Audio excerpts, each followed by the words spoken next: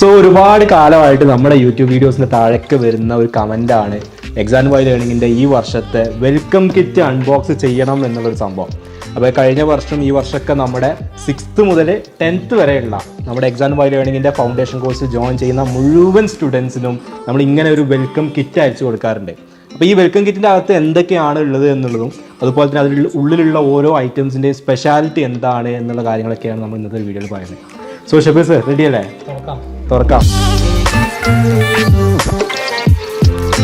അപ്പോൾ നമ്മുടെ ഈ ഒരു ബോക്സിൻ്റെ ഡിസൈനിൽ തന്നെ കുറേ കാര്യങ്ങളുണ്ട്. നമ്മളിവിടെ കൊടുത്തിട്ടുള്ളത് welcome to X and Y family എന്നാണ്. യെസ്, അപ്പോൾ കാരണം മറ്റൊന്നുമല്ല, നമ്മളിതൊരു കുറച്ച് സ്റ്റുഡൻസ്, കുറച്ച് ടീച്ചേഴ്സ് എന്നുള്ളതെല്ലാം നമ്മൾ കാണുന്നത് നമ്മളെല്ലാവരും ഒരു ഫാമിലിയാണ്. സ്റ്റുഡൻസ്, ടീച്ചേഴ്സ്, മെൻറ്റേഴ്സ്, നമ്മുടെ എക്സാം പോയിട്ടുള്ള മുഴുവൻ ടീം എല്ലാവരും ഒരു ഫാമിലിയാണ്. സോ ആ ഫാമിലിയിലോട്ടാണ് നമ്മൾ ഓരോ വർഷവും പുതിയ പുതിയ മെമ്പേഴ്സിനെ ആഡ് ചെയ്തുകൊണ്ടിരിക്കുന്നത്. അപ്പോൾ അതുകൊണ്ട് തന്നെയാണ് ഇവിടെ നമ്മുടെ മുഴുവൻ ഫാക്കൽറ്റീസിൻ്റെയും ഫോട്ടോസിൻ്റെ കൂടെ തന്നെ welcome to exam Y family എന്ന് കൊടുത്തത്. ഒരു കോമൺ ഡ്രീമുമായിട്ട് ഒരു ഒറ്റ ലക്ഷ്യവുമായി മുന്നേറുന്ന ഒരു ഫാമിലിയാണ്. ആ ഫാമിലിയിൽ ടീച്ചേഴ്സ് ഉണ്ട്, പാരൻസ് ഉണ്ട്, സ്റ്റുഡൻസ് ഉണ്ട്. അപ്പോൾ നമുക്ക് വെൽക്കം കിറ്റ് ഓപ്പൺ ചെയ്യാം. ഇത് ഏത് ക്ലാസ്സിൻ്റെതാണ്? 8th-താണ്. അപ്പോൾ 8th, 9th, 10th ആ ഒരു കാറ്റഗറി സ്റ്റുഡൻസിന് കിട്ടുന്ന ഒരു കിറ്റാണ് ഇന്ന് നമ്മൾ അൺബോക്സ് ചെയ്യുന്നത്. 6 and 7 നമുക്ക് പിന്നീട് വേറൊരു വീഡിയോ ആയിട്ട് വേണമെങ്കിൽ എന്ത് ചെയ്യാം. അതുപോലെ തന്നെ +1 ജെയിൻ്റെ ഓൾറെഡി ചെയ്തിട്ടുണ്ട് അല്ലേ? ജെയ് ചാനൽ ചെയ്തിട്ടുണ്ട്. ഓക്കെ, അപ്പോൾ ഇത് 8th സ്റ്റാൻഡേർഡിനുള്ള കിറ്റാണ്. ഇതുപോലെ തന്നെ 9th-നും 10th-നും ചെറിയ ചെറിയ ഡിഫറൻസ് ആണ് ഉണ്ടാവുക. അപ്പോൾ എന്താ നമുക്ക് ഓപ്പൺ ചെയ്യാം അല്ലേ?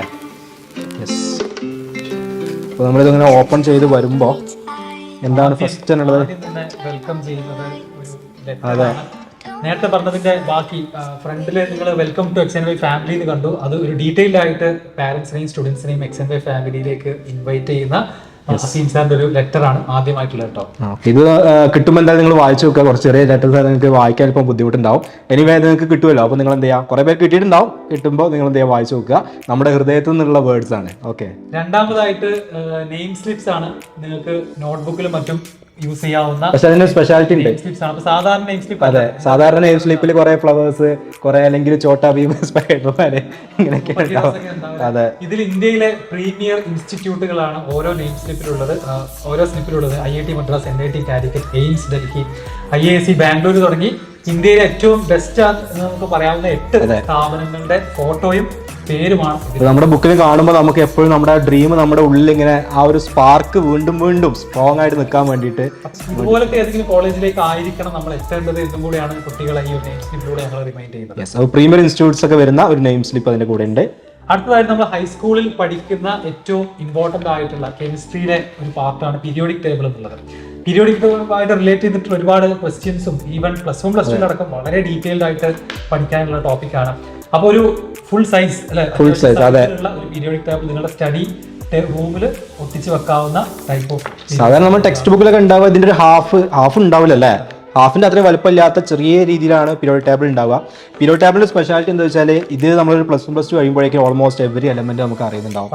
ഏകദേശം എവിടെയാണ് എന്താണ് ഏകദേശം നമ്മളൊന്ന് വരെ എൻട്രൻസ് ഒക്കെ പ്രിപ്പയർ ചെയ്യുമ്പോൾ അത്രമാത്രം എക്സ്പേർട്സ് ആയിട്ടുണ്ടാവും. അപ്പോൾ ഇത് മുന്നിലുണ്ടെങ്കിൽ എന്നും ഇത് കണ്ട് എന്ത് ചെയ്യും, കുറച്ചും കൂടെ നമ്മൾ ഫെമിലിയർ ആവും. അതാണ് അതിന്റെ ഒരു ഐഡിയ. യെസ്, അപ്പോൾ ഒരു പീരിയോഡിക് ടേബിൾ ഉണ്ട്.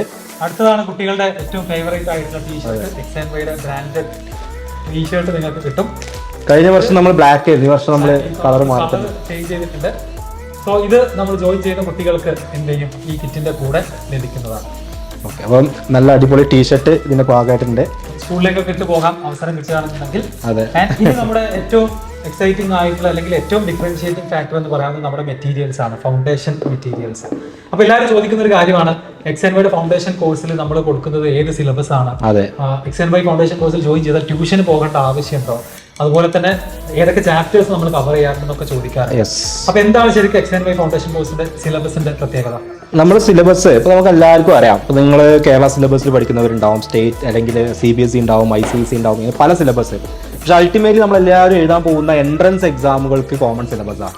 അതായത് നമ്മളിത് കഴിഞ്ഞിട്ട് എല്ലാവരും +1 +2 വരെയൊക്കെ ആയിരിക്കും ഈ ഒരു ഡിഫറൻസ് ഉണ്ടാവുക. അത് കഴിഞ്ഞിട്ട് പിന്നെ എഴുതുന്ന JEE നീറ്റിങ്ങളുടെ ഏത് എക്സാം ആണെങ്കിലും എല്ലാത്തിനും കോമൺ സിലബസ് ആണ്. ഈവൻ ഹൈസ്കൂളിലെ സ്കോളർഷിപ്പ് എക്സാമുകൾക്ക് പോലും കോമൺ സിലബസ് ആണ്. അപ്പോൾ നമ്മുടെ സ്പെഷ്യാലിറ്റി എന്ന് പറഞ്ഞാൽ എന്താ, നമ്മൾ എല്ലാ സിലബസും കൂടി കമ്പയർ ചെയ്തിട്ട് നിങ്ങൾക്ക് ഇത്തരത്തിലുള്ള കോമ്പറ്റീറ്റീവ് എക്സാമുകൾ വേണ്ട മുഴുവൻ കാര്യങ്ങളും ഇൻക്ലൂഡ് ചെയ്തിട്ടാണ് നമ്മുടെ സിലബസ് ക്രിയേറ്റ് ചെയ്തിട്ടുള്ളത്. അപ്പോൾ സ്റ്റേറ്റുകാർക്ക് അവരുടെ സ്കൂളിലെ പോർഷൻ കവറാവും, CBSEക്കാർക്ക് സ്കൂളിലെ പോർഷൻ കവറാവും, കൂടെ ഇതിന് വേണ്ട കാര്യങ്ങളും കൂടി കവറാവും. എക്സാംസിലെ പ്രീവിയസ് ഇയർ ക്വസ്റ്റ്യൻസ് ചെയ്യാൻ പറ്റും. ശരിക്കും ഹൈസ്കൂൾ സ്റ്റുഡൻസിന് ഇല്ലാത്തൊരു ഓപ്പർച്യൂണിറ്റി അതാണ്. അതെ, സ്കൂളിലുള്ളത് പഠിച്ചു പോവുക, സ്കൂളിലെ എക്സാമുകളുടെ പ്രീവിയസ് ഇയർ പേപ്പർ ചെയ്യാന്നല്ലാതെ നല്ല സ്കോളർഷിപ്പ് എക്സാമുകളുടെ ക്വസ്റ്റ്യൻസ് അവർ പഠിക്കുന്ന ചാപ്റ്റേഴ്സിന്റെ കൂടെ ചെയ്തു പോകാൻ ഹൈസ്കൂൾ ബുദ്ധിമുട്ടാണ്. അപ്പൊ അതാണ് ശരിക്കും ഈ ഒരു മെറ്റീരിയലിന്റെ ഏറ്റവും വലിയ ഫസ്റ്റിന് ബയോളജി ആണുള്ളത്, നമ്മുടെ ബാസിൽ സാറിന്റെ ബയോളജിയാണ് ഫസ്റ്റിനുള്ളത്. അപ്പൊ ഇതിന്റെ സ്പെഷ്യാലിറ്റി ഇതാണ്, നമ്മൾ എന്ത് ചെയ്യും, അങ്ങനെ പഠിപ്പിക്കുന്നതുകൊണ്ട് തന്നെ നിങ്ങൾക്ക് പല സ്ഥലത്ത് പോയി റെഫർ ചെയ്ത് പഠിക്കേണ്ട ആവശ്യമില്ല. നമ്മൾ ക്ലാസ്സിനെ സപ്പോർട്ട് ചെയ്യുന്ന മെറ്റീരിയൽ മാത്രമാണിത്. അപ്പൊ അത് കൃത്യമായിട്ട് ഫോളോ ചെയ്ത് കഴിഞ്ഞാൽ നിങ്ങൾക്ക് വേറെ റിസോഴ്സ് ഒന്നും തപ്പി പോകേണ്ട ആവശ്യമില്ല എന്നുള്ളതാണ്. ഇതിലേക്ക് നമ്മൾ നോക്കുകയാണെന്നുണ്ടെങ്കിൽ NMMS ക്വസ്റ്റ്യൻസ് ഉണ്ട്, KVPY ക്വസ്റ്റ്യൻസ് ഉണ്ട്, ഈവൻ 8th സ്റ്റാൻഡേർഡ് കുട്ടികൾക്ക് ചെയ്യാൻ പറ്റുന്ന നീറ്റ് എക്സാമിലെ ക്വസ്റ്റ്യൻസ് വരെ നമ്മൾ ഇൻക്ലൂഡ് ചെയ്തിട്ടുണ്ട്. അതും സ്റ്റേറ്റ് സിലബസ് CBSE എല്ലാ ചാപ്റ്റേഴ്സും കവർ ചെയ്തിട്ടുണ്ട്. മാത്രമല്ല ലെവൽ 1, ലെവൽ 2, ലെവൽ 3 എന്ന് പറഞ്ഞാൽ 3 ഡിഫറെന്റ് ലെവലായിട്ട് നിങ്ങൾക്ക് ഈ ബുക്കിനുള്ളിൽ നോക്കിക്കഴിഞ്ഞാൽ നിങ്ങൾക്ക് കിട്ടുമ്പോൾ നോക്കിക്കഴിഞ്ഞാൽ മനസ്സിലാവും. അതിനകത്ത് ലെവൽ 1 ആണ് ഒരു ചാപ്റ്ററിന്റെ. അത് കഴിഞ്ഞ് അടുത്തതിലോട്ട് പോവുകയാണെങ്കിൽ അതിന്റെ ലെവൽ 2 സ്റ്റാർട്ട് ചെയ്യുന്നുണ്ട്, ദെൻ ലെവൽ 3 സ്റ്റാർട്ട് ചെയ്യുന്നുണ്ട്. ബയോളജി കെമിസ്ട്രിയിലേക്ക് പോകുകയാണെങ്കിൽ ആദ്യം ടെക്സ്റ്റ് ബുക്കിന്റെ തിയറി വളരെ കൺസൈസ് ആയിട്ട് കൊടുത്തിട്ടുള്ള ഒരു ഏരിയ ഉണ്ട്. സോൾവ്ഡ് എക്സാമ്പിൾസ് ഉണ്ടായിരിക്കും. അതുപോലെ തന്നെ ലെവൽ 1, ലെവൽ 2, ലെവൽ 3 ക്വസ്റ്റ്യൻസും ഉണ്ടായിരിക്കും. അപ്പൊ ഈ ലെവൽ 1ഉം ലെവൽ 2ഉം നമ്മൾ ചാപ്റ്റർ ഞങ്ങളുടെ കോഴ്സിൽ പഠിക്കുന്നതിന് കൂടെ തന്നെ കുട്ടികൾ കംപ്ലീറ്റ് ചെയ്തു പോവാം. എക്സാം ഒക്കെ കഴിഞ്ഞ് ആ ചാപ്റ്റർ അത്യാവശ്യം പഠിച്ചതിന് ശേഷമാണ് എന്ത് ചെയ്യുക, ലെവൽ 3ലേക്ക് കടക്കുക. ലെവൽ 3 അത്യാവശ്യം ലെവൽ തന്നെയാണ്. ലെവൽ 3 ഒളിമ്പ്യാഡ് ലെവലുള്ള ക്വസ്റ്റ്യൻസ് അടക്കം ഇൻക്ലൂഡ് ചെയ്തിട്ടുണ്ട്. അപ്പൊ ലെവൽ 3 കൂടെ ഫുൾ കംപ്ലീറ്റ് ചെയ്ത ഒരു സ്റ്റുഡന്റിന് ആ സ്റ്റാൻഡേർഡിൽ ഏത് കോമ്പറ്റേറ്റീവ് എക്സാമും ചെയ്യാൻ പറ്റും. ഇതിൽ തിയറി ഉണ്ടാവും, അത് കഴിഞ്ഞിട്ടുള്ള എക്സാമ്പിൾസും ഉണ്ടാവും, വീണ്ടും ക്വസ്റ്റ്യൻസും ഇതിനകത്ത് പ്രാക്ടീസ് ചെയ്യാനുണ്ടാവും എന്നുള്ളതാണ്. സിമിലർലി ഫിസിക്സിലും നമ്മൾ അതേ പാറ്റേൺ തന്നെയാണ് ഫോളോ ചെയ്തിട്ടുള്ളത്. കുറച്ചുകൂടെ മാത്തമാറ്റിക്കൽ ക്വസ്റ്റ്യൻസിന് ഇമ്പോർട്ടൻസ് കൊടുത്തിട്ടുണ്ട്. 8ാം ക്ലാസ്സിലെ കുട്ടികൾ ഫിസിക്സ് എന്ന് പറഞ്ഞു കഴിഞ്ഞാൽ ഡെഫിനിഷൻസും പഠിക്കാന്നല്ലാതെ നല്ലൊരു ഇക്വേഷൻ ഉപയോഗിച്ചിട്ട് ഒരു പ്രോബ്ലം ചെയ്യുക, കുറച്ചുകൂടെ ലോജിക്കൽ ആയിട്ട് അപ്രോച്ച് ചെയ്യുന്ന ക്വസ്റ്റ്യൻസ് കാണാൻ ആലോചിക്കാറില്ല. ഫിസിക്സിൽ അങ്ങനത്തെ ഒരു സംഭവം ആരും ആലോചിക്കാറില്ല. ഇല്ല, അപ്പൊ what are the advantages and disadvantage of friction, ആ സെന്റൻസുകൾ കാണാൻ പഠിക്കാന്നല്ലാതെ അവരുടെ ഒരു ന്യൂമറിക്കൽ എബിലിറ്റി ഒന്നും ടെസ്റ്റ് ചെയ്യുന്നില്ല. സത്യത്തിൽ മാത്സും ഫിസിക്സും ഭയങ്കര റിലേറ്റഡ് ആണ്. നിങ്ങൾ +1 +2 എത്തുമ്പോഴേക്കും ഫുൾ പ്രോബ്ലംസ് ആണ് ഫിസിക്സിലുള്ളത്. അപ്പോൾ പരമാവധി ആ ടൈപ്പ് ഓഫ് ക്വസ്റ്റ്യൻസ് അടക്കം ഈ ഒരു വർക്ക് ബുക്കുകളിൽ ഞങ്ങൾ ഇൻക്ലൂഡ് ചെയ്തിട്ടുണ്ട്. ആൻഡ് ഫൈനലി മാത്തമാറ്റിക്സിലേക്ക് വരികയാണെന്നുണ്ടെങ്കിൽ ഇതാണ് ഏറ്റവും കൂടുതൽ കുട്ടികളുടെ ഒരു ഡിഫിക്കൽട്ട് എന്ന് പറയുന്നത്. അപ്പൊ അസീം സാർ മാത്സിൽ എന്താണ് ചെയ്തിട്ടുള്ളത്? ചാപ്റ്റേഴ്സിന്റെ എണ്ണം കുറക്കുകയാണോ അതോ കൂട്ടുകയാണോ? മാത്സ് നമ്മൾ ചെയ്തിട്ടുള്ള എന്താ വെച്ചാൽ നിങ്ങൾ സ്കൂളിൽ പഠിക്കാനുള്ള മുഴുവൻ ചാപ്റ്റേഴ്സും അതിനകത്ത് ഉണ്ടാവും. അതിന്റെ കൂടെ നമ്മൾ അഡീഷണൽ ചാപ്റ്റേഴ്സും കൂടി ആഡ് ചെയ്യാണ് ചെയ്തത്. അപ്പോൾ അങ്ങനെ ആകുമ്പോൾ നമ്മുടെ ടൈം അനുസരിച്ചിട്ട് വേണ്ട ടോപ്പിക്ക് പിക്ക് ചെയ്തിട്ട് എന്ത് ചെയ്യാൻ പറ്റും, പഠിക്കാൻ പറ്റും. വേറെ സ്പെഷ്യാലിറ്റികൾ എന്താ വെച്ചാൽ ഇപ്പോൾ സയൻസിലൊക്കെ തിയറി പ്ലസ് ക്വസ്റ്റ്യൻസ് എല്ലാം നമ്മൾ കണ്ടിന്യൂസ് ആയിട്ടാണ് പോകുന്നത്. പക്ഷെ മാത്സിൽ കുറച്ചും കൂടെ പ്രോബ്ലംസ് ചെയ്യുക എന്നുള്ളതാണ് മാത്സിൽ ഏറ്റവും ഇമ്പോർട്ടൻ്റ് ആയ കാര്യം. നിങ്ങൾ തിയറി കുറേ പഠിക്കുന്നതിൻ്റെ അപ്പുറത്തേക്ക് എത്രമാത്രം പ്രോബ്ലംസ് ചെയ്യാൻ പറ്റുമോ അത്രമാത്രം ചെയ്യാം. അപ്പോൾ അതുകൊണ്ട് തന്നെ നമ്മൾ തിയറിക്കും പ്രോബ്ലംസിനും സെപ്പറേറ്റ് 2 ബുക്സ് ആക്കി മാറി. ടെക്സ്റ്റ് ബുക്ക് ഉണ്ട്, വർക്ക് ബുക്ക് ഉണ്ട്. അപ്പോൾ നേരത്തെ കാണിച്ചതിലൊക്കെ നമുക്ക് അതാ കമ്പൈൻഡ് ആയിരുന്നു. ഇത് വർക്ക് ബുക്കാണ്, അത് കാണാൻ പറ്റും. വർക്ക് ബുക്കാണ്, ഇത് ടെക്സ്റ്റ് ബുക്കാണ്. സോ ഇതിൽ മുഴുവൻ ക്വസ്റ്റ്യൻസ് മാത്രമാണ്. എല്ലാത്തിനും സൊല്യൂഷൻ ഉണ്ടാവും. ലെവൽ 1, ലെവൽ 2, ലെവൽ 3 ലെവൽസ് ഉണ്ടാവും. എല്ലാ ചാപ്റ്ററിലും എല്ലാത്തിൻ്റെയും ക്വസ്റ്റ്യൻ വിത്ത് സൊല്യൂഷനാണ് ഉണ്ടാവുക. ഇതിൻ്റെ അകത്ത് ടെക്സ്റ്റ് ബുക്കിൻ്റെ അകത്ത് ഉണ്ടാവുക എല്ലാ ചാപ്റ്ററിൻ്റെയും തിയറി ഉണ്ടാവും. അതിന് മനസ്സിലാക്കാനുള്ള സോൾവ്ഡ് എക്സാമ്പിൾസ് അതിൻ്റെ അകത്തും ഉണ്ടാവും. അപ്പം ഇത്രമാത്രം ക്വസ്റ്റ്യൻസ് ചെയ്യാനുള്ള ഓപ്പർച്യൂണിറ്റിയാണ് നമുക്ക് കിട്ടുന്നത്. കാരണം മാത്സിൽ അതാണ് വേണ്ടത്.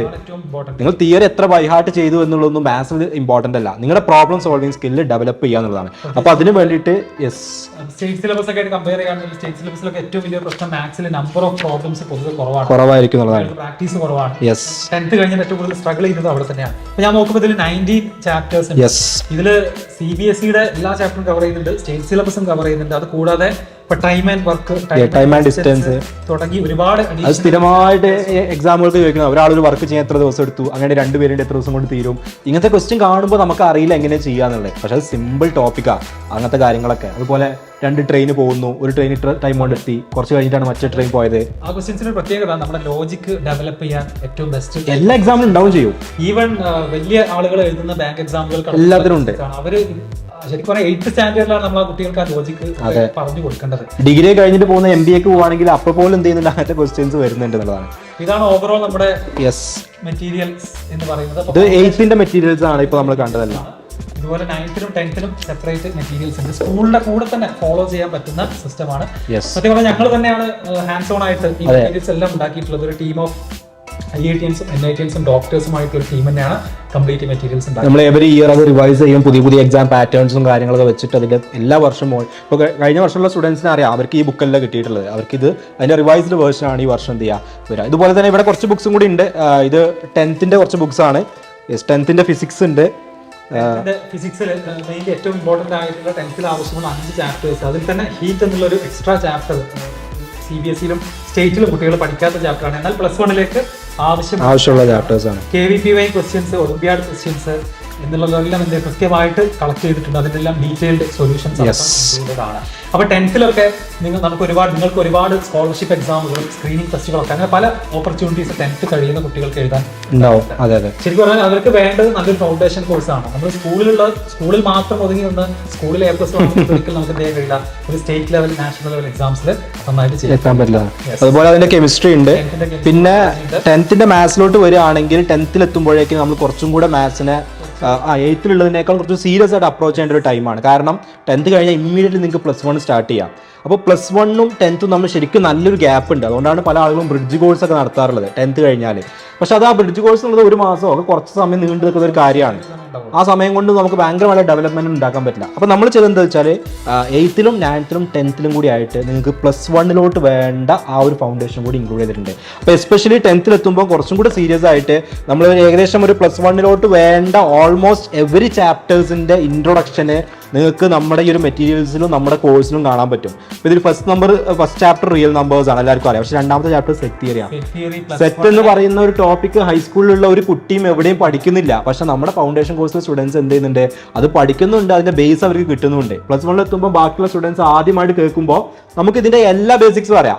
നമ്മൾ നെക്സ്റ്റ് ലെവൽ എൻട്രൻസ് മാത്രം എന്ത് ചെയ്താൽ മതി, പ്രിപ്പയർ ചെയ്താൽ മതി. അതുപോലെ തന്നെ കോംപ്ലക്സ് നമ്പേഴ്സ് കേട്ടിട്ട് പോലും ഉണ്ടാവില്ല കുട്ടികളെ. Relations and functions, inequalities, sequence and series, matrices, determinants, അങ്ങനെ ഇനിയുണ്ട് കുറെ ചാപ്റ്റേഴ്സ് ഉണ്ട്. അതുപോലെ 24th and 25th chapter, 25 chapters ഉണ്ട്. 25 chapters ഉണ്ട്. 24 and 25 introduction to calculusum logarithm ആണ്. കാൽക്കുലസ് എന്നൊക്കെ കേട്ടിട്ട് പോലും ഉണ്ടാവില്ല, ലോഗരിതം കേട്ടിട്ടുണ്ടാവില്ല. +1 +2 പഠിക്കുന്ന കുട്ടികളിൽ ഒരു നല്ലൊരു ശതമാനം ലോഗരിതം കേൾക്കുമ്പോഴേ തല കറങ്ങി വീഴുന്നത്. അപ്പോൾ സത്യം പറഞ്ഞാൽ 10th-ൽ തന്നെ നമുക്ക് ഇതിന്റെ എല്ലാ ബേസിക്സ് പഠിച്ചു പോവുകയാണെന്നുണ്ടെങ്കിൽ ഈ പറയുന്ന പ്രശ്നം നമുക്ക് കംപ്ലീറ്റ്ലി ഒഴിവാക്കാൻ പറ്റും. മാത്രമല്ല നമുക്ക് ഭയങ്കര അഡ്വാൻറ്റേജ് ആണ് കിട്ടാൻ പോകുന്നത്. അതായത് ബാക്കിയുള്ളവർ ഫ്രം സ്ക്രാച്ച് അല്ലെങ്കിൽ ബേസിക്സ് മുതൽ ആദ്യമായിട്ട് ടേംസ് കേൾക്കുമ്പോൾ നമുക്ക് ആ ടേംസ് അറിയാം, അതിനെക്കുറിച്ച് പഠിച്ചിട്ടുണ്ട്. സോ ആ ടൈമിൽ നമുക്ക് എന്ത് ചെയ്യാം, അതിന്റെ അഡ്വാൻസ്ഡ് കാര്യങ്ങൾ പഠിക്കാനും എൻട്രൻസിന് വേണ്ടി പ്രിപ്പയർ ചെയ്യാനും ടൈം കിട്ടുന്നതാണ്. ഇതേ സംഭവം ഇത് പാർട്ട് 1 പാർട്ട് 2 ആയിട്ട് ടെക്സ്റ്റ് ബുക്കും ഉണ്ട്. അതുപോലെ തന്നെ അതിന്റെ വർക്ക് ബുക്കും ഇതുപോലെ തന്നെ പാർട്ട് 1 ആൻഡ് പാർട്ട് 2 ആയിട്ട് വർക്ക് ബുക്കും ഉണ്ട് എന്നുള്ളതാണ്. വർക്ക് ബുക്കിൽ നേരത്തെ പറഞ്ഞ പോലെ തന്നെ ഫുൾ ക്വസ്റ്റ്യൻസ് ആണ്. ഓക്കെ, ഈ ഒരു കോഴ്സ് വിത്ത് ഈ ഒരു മെറ്റീരിയൽസ് കംപ്ലീറ്റ് ചെയ്യുന്ന സ്റ്റുഡന്റിന് 8th 9th 10th ഹൈസ്കൂൾ ലെവലൊക്കെ വരുന്ന എല്ലാ കോമ്പറ്റേറ്റീവ് എക്സാംസ് അപ്പിയർ ചെയ്യുന്നത് മാത്രമല്ല 11th പോകുമ്പോൾ ബാക്കിയുള്ള കുട്ടികളെക്കാൾ വളരെ അഡ്വാൻസ്ഡ് ആയിട്ടുള്ള പ്രോബ്ലം സോൾവിംഗ് സ്കിൽസും നോളജുമായിട്ടായിരിക്കും പോകുന്നുണ്ടാവുക എന്നുള്ള കാര്യത്തിൽ ഒരു സംശയമില്ല. ഇപ്പോൾ ഓൾറെഡി നമ്മൾ ഫോളോ ചെയ്യുന്ന ആൾക്കാർക്ക് അറിയാം, ഒരുപാട് ഒളിമ്പ്യാഡ് എക്സാമുകളിൽ ഇപ്പോൾ കഴിഞ്ഞ വർഷങ്ങളിൽ നമ്മുടെ സ്റ്റുഡൻസ് ക്വാളിഫൈ ചെയ്തു. IISc പോലെയുള്ള ISRO പോലെയുള്ള പ്രസ്റ്റീജിയസ് ആയിട്ടുള്ള ഇൻസ്റ്റിറ്റ്യൂട്ട്സ് കണ്ടക്ട് ചെയ്യുന്ന ക്യാമ്പുകളിലോട്ട്, അവരുടെ വർക്ക്ഷോപ്പുകളിലോട്ട് കുട്ടികൾ സെലക്റ്റഡ് ആവുന്നു. അതുപോലെ ക്യാഷ് പ്രൈസ് ഉള്ള ഒരുപാട് എക്സാമുകളിൽ നമ്മുടെ സ്റ്റുഡൻസ് ടോപ്പേഴ്സ് ആവുന്നു. മറ്റ് പല ഇൻസ്റ്റിറ്റ്യൂട്ട്സും കണ്ടക്ട് ചെയ്യുന്ന എക്സാമുകളിൽ ടോപ്പ് 25% എക്സാം വൈസ് ലേണിംഗിന്റെ ഫൗണ്ടേഷൻ സ്റ്റുഡൻസ് ആയി മാറുന്നു. അപ്പോൾ അതൊക്കെ സംഭവിക്കുന്നത് ഇത് മിറാക്കിളോ അല്ലെങ്കിൽ മന്ത്രവിദ്യയൊന്നുമല്ല. അവരെന്തെങ്കിലും കൃത്യമായിട്ട് നമ്മൾ ഡിസൈൻ ചെയ്തിട്ടുള്ള ഈ കോഴ്സിലൂടെ അവർ പോകുന്നു, പ്രിപ്പയർ ചെയ്യുന്നു, അവർ ക്രാക്ക് ചെയ്യുന്നു. ഇതാണ് അതിന്റെ ഐഡിയ എന്ന് പറഞ്ഞാൽ. സോ ഫൈനലി എനിക്ക് പറയാനുള്ളത് സയൻസും മാത്സും ഇഷ്ടമുള്ള +2-ലൊക്കെ സയൻസ്, ടെക്നോളജി, എഞ്ചിനീയറിംഗ് പോലുള്ള സ്ഥാപനങ്ങളിലേക്കൊക്കെ റിലേറ്റഡ് ആയിട്ടുള്ള ഫീൽഡുകളിലേക്കൊക്കെ പോകണം എന്ന് ആഗ്രഹിക്കുന്ന കുട്ടികൾ നേരത്തെ തന്നെ സയൻസ് ആൻഡ് മാത്തിൽ നല്ല ഫൗണ്ടേഷൻ ഉണ്ടാക്കി കൊണ്ടുവരണം. എന്നാലാണ് നമുക്ക് +1 +2-ന്റെ കൂടെ കോമ്പറ്റേറ്റീവ് എക്സാംസ് ക്രാക്ക് ചെയ്യാൻ കഴിയുള്ളൂ. ഇതൊരു യാഥാർത്ഥ്യമാണ്. ഇല്ലാന്നുണ്ടെങ്കിൽ കേരളത്തിലെ മെജോറിറ്റി കുട്ടികളെ പോലെ റീറിപ്പീറ്റ് നമുക്ക് വർഷങ്ങൾ നമ്മൾ അതിനു വേണ്ടി സ്പെൻഡ് ചെയ്യേണ്ടി വരും. മറ്റ് സ്റ്റേറ്റിലെ കുട്ടികൾക്ക് ഇതാണ് ചെയ്യുന്നത്. 6ാം ക്ലാസ് മുതൽ അവർ ഇത്തരത്തിലുള്ള ഫൗണ്ടേഷൻ കോഴ്സ് കഴിഞ്ഞാണ് വരുന്നത്. അവരാണ് ടോപ്പേഴ്സ് ആവുന്നത്. സോ ഇത് നമ്മുടെ ടൈമാണ്. നമ്മൾ അവസാനം +1 +2 കാത്തിരിക്കാം എന്ന് പറഞ്ഞാൽ അപ്പോഴേക്കും ഇതുപോലെ ഫൗണ്ടേഷൻ ചെയ്ത് വരുന്ന 2000-3000 കുട്ടികളൊക്കെ അവിടെ ഈസിലി ഉണ്ടാവും. നല്ല ബെസ്റ്റ് ആയിട്ടുള്ള ഒരു 4000 5000 സ്റ്റുഡൻസ് കേരളത്തിൽ ബെസ്റ്റ് ആയിട്ട് ഫൗണ്ടേഷൻ കഴിഞ്ഞ് വന്നവരുണ്ടാവും. അവരെ മുന്നിൽ ഒരിക്കലും കോമ്പറ്റ് ചെയ്ത് നിൽക്കാൻ കഴിയില്ല. അതാണ് reality. So 8th 9th 10th ബാച്ചുകൾ ഓൾറെഡി സ്റ്റാർട്ട് ചെയ്തു. എത്രയും പെട്ടെന്ന് തന്നെ താല്പര്യമുള്ള ആളുകൾ കോൺടാക്ട് ചെയ്യാം. ഡീറ്റെയിൽസും നമ്പറൊക്കെ ഡിസ്ക്രിപ്ഷനിൽ ഉണ്ടാവും. ലാസ്റ്റ് ബാച്ചുകളോടുള്ള അഡ്മിഷൻ നടക്കുന്നത് നമ്മൾ ജൂൺ വരെ അഡ്മിഷൻ എടുക്കുള്ളൂ. കഴിഞ്ഞാൽ പിന്നെ അഡ്മിഷൻ എടുക്കാറില്ല. 6th and 7th കുട്ടികൾക്ക് നെക്സ്റ്റ് വീക്ക് മെയ് സ്റ്റാർട്ടിങ്ങിൽ ക്ലാസ് സ്റ്റാർട്ട് ചെയ്യണം. അപ്പോൾ ആദ്യത്തെ ബാച്ചിൽ തന്നെ ജോയിൻ ചെയ്യാൻ 6th and 7th കുട്ടികൾക്ക് അവസരമുണ്ട്. പെട്ടെന്ന് തന്നെ കോൺടാക്ട് ചെയ്യാം. നിങ്ങളുടെ സ്വപ്നം ഇന്ത്യയിലെ ഏറ്റവും ബെസ്റ്റ് സ്ഥാപനങ്ങളിൽ പഠിക്കുക, അതുപോലെ തന്നെ ഇന്ത്യയിലെ ഏറ്റവും ബെസ്റ്റ് സ്കോളർഷിപ്പ് എക്സാമുകൾ നേടിയെടുക്കുക എന്നുള്ളതാണെന്നുണ്ടെങ്കിൽ ഇത്തരത്തിലുള്ള സയൻസ് ആൻഡ് മാത്തിലെ ഫൗണ്ടേഷൻ കോഴ്സാണ് നമുക്ക് വേണ്ടത്. നമ്മൾ സ്കൂളിലെ ടോപ്പറായി നിന്നാൽ നമ്മൾ അറിയില്ല എന്താ സംഭവിക്കുന്നത് ഉണ്ടാവില്ല. എല്ലാം അറിയുന്നത് നമ്മളൊരു +1 +2 എത്തിയിട്ടാണ്. സോ സ്റ്റാർട്ട് ഏർലി എന്നുള്ളതാണ് എക്സാൻവേ എപ്പോഴും പറയാറുള്ളത്. Better foundation four brighter future. Yes. അപ്പോൾ നമ്മൾ ഈ ഒരു കോഴ്സിൽ ജോയിൻ ചെയ്യുന്നവർക്ക് ഈ ഒരു വെൽക്കം കിറ്റ് അവരുടെ വീടുകളിലോട്ട് എന്ത് ചെയ്യും, ഇവിടുന്ന് കൊറിയറായിട്ട് സെൻഡ് ചെയ്യാണ് ചെയ്യുക. അപ്പോൾ നിങ്ങളെല്ലാവരെയും നമ്മുടെ ഈ ഒരു ജേർണിയിൽ നമ്മുടെ കൂടെ ഉണ്ടാവണം. ഞാൻ നേരത്തെ പറഞ്ഞ പോലെ എക്സാം ബൈ ലേണിംഗിന്റെ ഫാമിലിയിൽ നിങ്ങളും എല്ലാവരും ഉണ്ടാവണം എന്നുള്ളതാണ് ഞങ്ങളുടെ ആഗ്രഹം. അപ്പോൾ ഇത്രയാണ് വെൽക്കം കിറ്റിന്റെ ഡീറ്റെയിൽസ്. ഇനി 6 and 7 ഉണ്ട്, അത് നമുക്ക് പിന്നീട് ഒരു വീഡിയോ ആയിട്ട് എന്ത് ചെയ്യാം അല്ലേ?